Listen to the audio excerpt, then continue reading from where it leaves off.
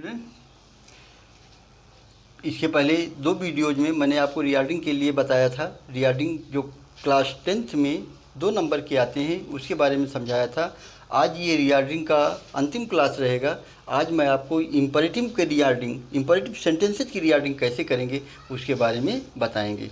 लेकिन इससे पहले स्टूडेंट्स, आप सब्सक्राइब कर लें चैनल को, ताकि आपको इसी प्रकार से पूरा ग्रामर पोर्शन क्लास 10th का आपके मोबाइल पर आ सके। थैंक्स। देखिए अब आप आगे। सबसे पहले हम लेते हैं इम्परेटिव सेंटेंस को। आप इम्परेटिव सेंटेंस पहचानेंगे कैसे? सबसे बड़ी प्रॉब्लम होती है स्टूडेंट्स, हम समझ नहीं पाते कि इम्परेटिव सेंटेंस को हम पहचाने कैसे। सबसे पहले स्टूडेंट्स आपको जानना है, इम्परेटिव सेंटेंसेस 2 प्रकार के होते हैं। फर्स्ट होता है अफर्मेटिव और दूसरा होता है निगेटिव। स्टूडेंट्स, ये आपको सबसे बड़ी बात जानने के लिए ये है कि इम्परेटिव सेंटेंस का इंट्रोगेटिव नहीं होता है। इम्परेटिव सेंटेंस का इंट्रोगेटिव सेंटेंस नहीं बनता है। 2 ही बनते हैं, या तो अफर्मेटिव होगा या तो निगेटिव होगा। अब हम पहचानेंगे कैसे कि ये हमारा इम्परेटिव सेंटेंस है या कि नहीं है? तो सबसे पहले स्टूडेंट्स आपको ये जानना है कि नंबर 1 बात, सबसे पहली बात कि इसमें सब्जेक्ट हिडन रहता है। हिडन का मतलब क्या होता है कि सब्जेक्ट इसमें नहीं रहता है। सब्जेक्ट इसमें नहीं रहता है। अब सबसे बड़ी पहचान इसकी इस बात की है कि सब्जेक्ट इसमें नहीं रहता है। दूसरा आपका पहचान होता है कि अगर अफर्मेटिव सेंटेंस है तो इसकी शुरुआत सदैव मेन वर्ब से आप करते हैं। ये 2 मेन पहचान है। अब आप स्टूडेंट सोचेंगे कि सब्जेक्ट नहीं होता तो बिना सब्जेक्ट को कैसे बनता है इम्परेटिव सेंटेंस? तो आप जानेंगे सब्जेक्ट इसका जो हिडन रहता है उसका सब्जेक्ट हमेशा यू रहता है। अब आप देखेंगे, जैसे ये इसका एग्जाम्पल, अफर्मेटिव का एक एग्जाम्पल देखेंगे। जैसे आपने लिखा ओपन योर बुक, ये सेंटेंस है। अब आपका स्टूडेंट, ओपन क्या है? आपका मेन वर्ब है, यानी इस सेंटेंस की शुरुआत, इम्परेटिव की शुरुआत हमेशा मेन वर्ब से हुई। और योर बुक क्या है? आपका ऑब्जेक्ट है स्टूडेंट्स। इस प्रकार से ये बनता है, अफर्मेटिव सेंटेंस बनते हैं इम्परेटिव के।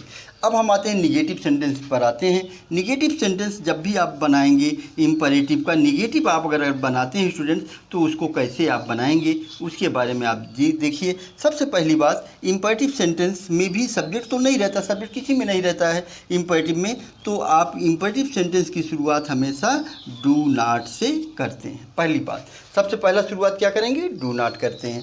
फिर उसके बाद में आप मेन वर्ब लगाते हैं, मेन वर्ब लगाते हैं। और फिर उसके बाद आप क्या लिखते हैं? ऑब्जेक्ट लिखते हैं, जैसे सब में करते हैं। अब इसी सेंटेंस को, जो ओपन योर बुक अभी हमने अफर्मेटिव का समझाया, आप अगर इसको आप निगेटिव में चेंज करने चल रहे हो तो क्या लिखेंगे? तो सबसे पहले आपको क्या करना है? डू नॉट लगा देना है। डू नॉट हमने पहले लगा दिया और ओपन योर बुक आगे वाला उतार दिया। ओपन योर बुक, ये अब आपका बन गया इम्परेटिव सेंटेंस का निगेटिव बन गया। स्टूडेंट्स, अब इसके एक जनरल रूल को आप याद रखिए कि जब भी आप बनाएंगे इम्परेटिव का तो उसका फॉर्मेट क्या होना चाहिए? तो सबसे पहले आप लिखेंगे मेन वर्ब। अगर आपका अफर्मेटिव सेंटेंस है तो आप सबसे पहले लिखेंगे मेन वर्ब। दूसरा, फिर आप लिखते हैं ऑब्जेक्ट। ऑब्जेक्ट 2 प्रकार के होते हैं स्टूडेंट्स, हमने पहले वीडियो में आपको समझाया था। ऑब्जेक्ट 2 प्रकार के रहेंगे। अगर दोनों ऑब्जेक्ट एक साथ आते हैं तो सबसे पहले आप इनडायरेक्ट ऑब्जेक्ट लिखते हैं, फिर डायरेक्ट ऑब्जेक्ट लिखेंगे। अगर सेंटेंस आपका निगेटिव बनना है तो सबसे पहले आप लिखेंगे do not plus main verb और प्लस इसके बाद में आप ऑब्जेक्ट लिखते हैं। ये आपका निगेटिव का रूल शो हो गया। ये आपका निगेटिव का रूल हो गया। स्टूडेंट्स, अब हम आपको कुछ सेंटेंसेज रिगार्डिंग करके बोर्ड के हिसाब से आपको समझाने चल रहे हैं। आप उसको ज़रूर देखें, एक एक करके आपको कम 4-5 सेंटेंसेज आपको हम बोर्ड पर समझाते हैं। फिर इसके बाद में आपको आगे प्रैक्टिस के लिए कुछ सेंटेंसेस देंगे जो आप घर पर कर सकते हैं, या फिर आपके पास बहुत सारी बुक्स होंगी, ग्रामर की किताबें होंगी, उस ग्रामर की किताब से आप ढेर सारी एक्सरसाइज को करेंगे। स्टूडेंट्स, जब तक आप प्रैक्टिस नहीं करेंगे तब तक इस तरीके से समझ में नहीं आता है, लिहाजा आपको चाहिए कि घर पर प्रैक्टिस करिए। जैसे पहला सेंटेंस आपका है आई बी ऑन, फिर उसके बाद है foot village go his to, foot village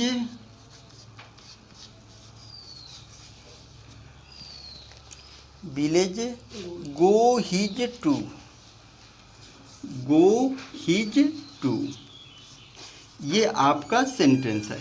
देखेंगे पहला वर्ड है आई, दूसरा है बी, ऑन है, फूट है, विलेज है, गो हिज टू।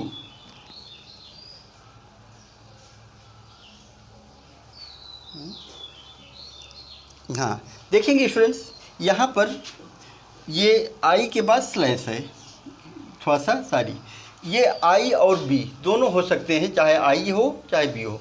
आप अगर आई है तो आई को कैसे बनाएंगे, आई लिखेंगे, सबसे पहले आई लिखा आपने, फिर उसके बाद में ये आई क्या है आपका स्टूडेंट, सब्जेक्ट हो गया, सब्जेक्ट लगाया आपने, फिर उसके बाद आपको करना क्या है, हेल्पिंग वर्ब लिखना है। हेल्पिंग वर्ब देखिए पूरे सेंटेंस में जो भी रिगार्डिंग के लिए आया एक भी हेल्पिंग वर्ब नहीं दिया गया है, इसलिए हम सीधे मेन वर्ब पर आते हैं, गो पर आते हैं। आई गो, फिर उसके बाद क्या लगाते हैं, गो के साथ में हमेशा इन्फिनिटिव टू का आप प्रयोग करते हैं, गो टू। फिर उसके बाद में हिज विलेज लिखा, हिज विलेज क्या हो गया, ये ऑब्जेक्ट हो गया, किसका ऑब्जेक्ट बना, गो का कह लीजिए आप, ऑब्जेक्ट बन गया, जबकि गो इंट्रांसिटिव वर्ब होती है, लेकिन फिर भी यहाँ पर उसका समझिए हिज विलेज ऑब्जेक्ट हो गया। I go to his village, और कैसे जाते हैं, ऑन फूट, ये आपका बन गया, I go to his village on foot. अब आप देखेंगे, अब यहाँ पर आई की जगह आप चाहें तो बी भी कर सकते हैं, आई रहेगा तब पर भी यही बनेगा और बी रहेगा तब पर भी ये बनेगा। क्यों ऐसा होगा स्टूडेंट, इसलिए होगा क्योंकि ये आई और बी हमेशा प्लूरल नंबर होते हैं और उसके अनुरूप ये बनाए जाते हैं। दूसरा देखते हैं, आप दूसरे को देखिए, बीन, ये पहला हो गया, दूसरे को देखते हैं, been, been for they travelling, for they travelling,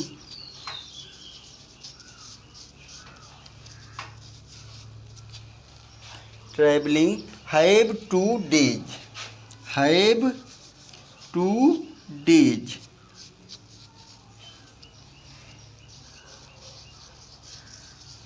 ये सेंटेंस है आपका। अब देखेंगे स्टूडेंट, फिर वही प्रोसेस आपको अब अपनाना है। अब आपको ये खोजना चाहिए कि कौन सा टेंस है ये आपका परफेक्ट टेंस बन रहा है, तो आप सबसे पहले सब्जेक्ट में क्या लिखेंगे, दे लिखेंगे। एक बात और आपको स्टूडेंट ध्यान रखना है, यहाँ पर देखेंगे जो दे लिखा है स्मॉल लेटर में टी लिखा गया है, आपको इसको कैपिटल लेटर में टी लिखेंगे, क्योंकि अब हम सेंटेंस को रिगार्डिंग करके पहले लिख रहे हैं, तो पहला हमारा शब्द कैपिटल लेटर में होना चाहिए। They have been travelling, have been आया तो इसके साथ में आईएनजी फॉर्म आता है, आपने पढ़ा है फ्यूचर परफेक्ट कंटिन्यूअस में, दे हैव बीन ट्रैवलिंग, और उसके बाद फॉर लगाते हैं आप। फॉर क्या होता है, हमने बताया था आपको, सिंस या फॉर निश्चित और अनिश्चित समय के लिए आप फॉर का यूज, अनिश्चित समय के लिए फॉर का यूज करते हैं, निश्चित समय के लिए सिंस का प्रयोग करते हैं, और 2 days आपने लिख दिया। ये आपका बन गया सेंटेंस, क्या बना, they have been travelling for 2 days। इसी प्रकार से अगला देखते हैं एग्जाम्पल, ये पहला हम इरेज कर दे रहे हैं और आप देखेंगे अगले एग्जाम्पल को। देखिए अब आप स्टूडेंट्स,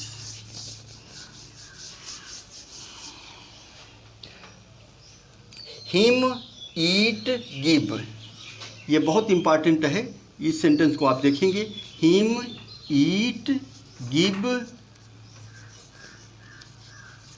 और उसके बाद में टू समथिंग, टू समथिंग, हाँ, तो him eat give to something और प्लीज, ये सेंटेंस अब आपका हो गया। अब आपको इसको रिगार्डिंग करना है, तो हम क्या करें, सबसे पहले आप लिखते हैं प्लीज को लिखेंगे, क्योंकि क्या है ये रिक्वेस्ट है, आप जानते हैं इम्पेरेटिव सेंटेंस क्या होता है, रिक्वेस्ट, कमांड, सजेस्ट आदि होते हैं। तो ये प्लीज़ लिखा, प्लीज़। फिर इसके बाद अब आपको क्या लिखना है, मेन वर्ब लिखना है। जैसे अभी तक आप करते थे इम्पेरेटिव सेंटेंस में, प्लीज़ गिव हिम, ऑब्जेक्ट लगा दिया हमने, हिम हो गया। ये देखिए प्लीज़ लिखा, फिर उसके बाद मेन वर्ब लिखा, फिर ऑब्जेक्ट लिखा, please give him to eat something.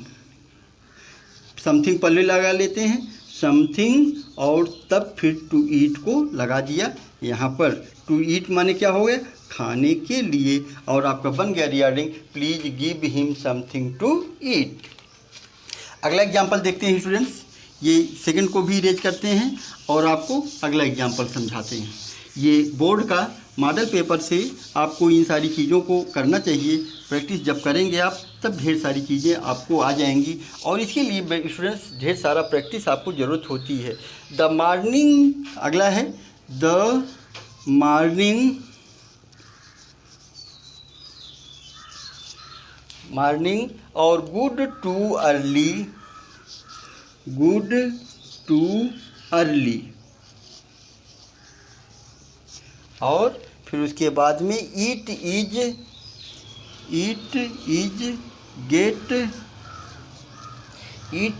Get in, ये वर्ड है। अब आपको देखेंगे इसमें कामा लगा, हाँ, और फिर अप।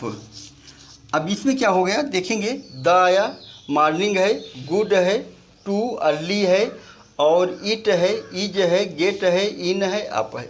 इसमें देखेंगे ढेर सारे प्रीपोजिशन, बड़ा वर्ड है। अब आपको करना क्या है, अब सबसे पहले आपको सब्जेक्ट लिखना है। सब्जेक्ट इसका आप क्या बनाएंगे, ईट बनाएंगे। ईट सब्जेक्ट, ईट और देयर का यूज स्टूडेंट्स आगे वीडियो जब बनाएंगे ट्रांसलेशन के लिए, हमने आपको बताया तब उसमें आपको ईट और देयर का यूज समझाएंगे। अभी आप देखें ईट लगाया मैंने, ईट इज गुड, ये लिखा आपने, it is good to, preposition आया to, it is good to get up early in the morning, in the morning, और ये सेंटेंस आपका रिगार्डिंग हो गया।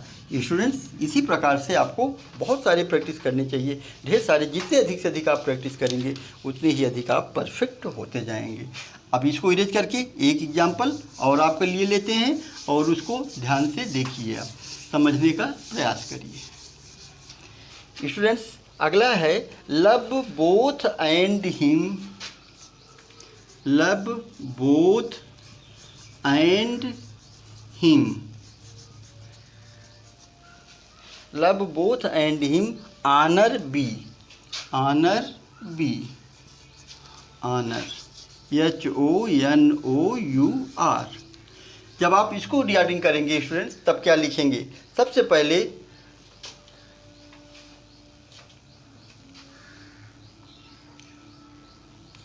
पहले आप लेते हैं बोथ को लेंगे, both be love him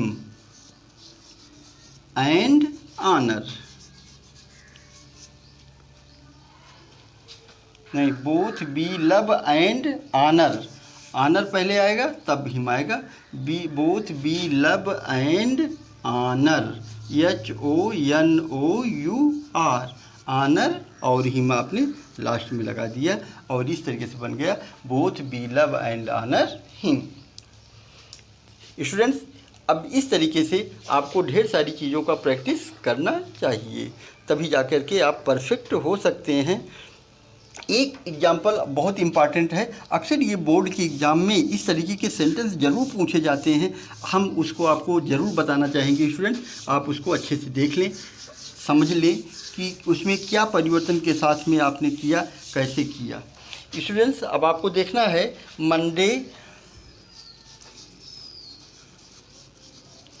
to Sunday,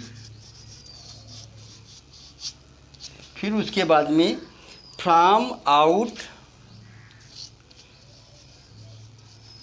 from out, फिर उसके बाद में है on a tour, on a tour, was he, ये सेंटेंस आपका है। अब आप देखेंगे ये सेंटेंस को जब आप रीडिंग करते हैं तो हम सबसे पहले फिर वही प्रोसेस, सब्जेक्ट आप पहले लिखेंगे। सब्जेक्ट हमारा इस सेंटेंस का बनेगा ही बनेगा, वाज लिखेंगे, he was on a tour, on a tour.